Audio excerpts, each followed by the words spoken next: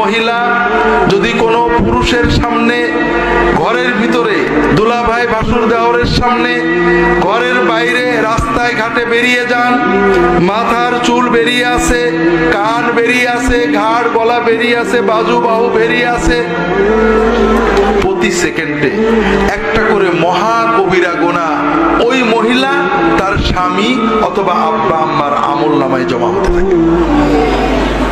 হাজিরিন, এই যে মহাপাপ আমরা করি, আমাদের মহিলারা মাশাআল্লাহ শাওয়ালের রোজা রাখেন, নফল ইবাদত করেন, করে না করেন না? শাওয়ালের রোজা আছেন, 6টা রোজায় কতগুলো নেকি হলো? 60টা নেকি, এই তো। আর ওই রোজা অবস্থায় যখন মহিলা বাইরে বেরিয়েছেন, মাথার কাপড় অর্ধেক আছে, মাথার খোলা, মুখ খোলা, কান খোলা, গলার এখানে করা, শাড়ি পরেছেন, কনুইয়ের এখানে করা, বাইরে গেছেন, হাটে গিয়েছেন, বাজারে গেছেন, ঘরের ভিতর দুলাভাই বাসুর দেওর আত্মীয়র সাথে গল্প করেছেন, প্রতি সেকেন্ডে প্রতিদিনে লক্ষ লক্ষ মহা কবিরা গুনাহ, মদ খাওয়া, ব্যভিচার করার মতো মহা মহা কবিরা গুনাহ তার আমলনামায় লেখা হয়ে গেছে।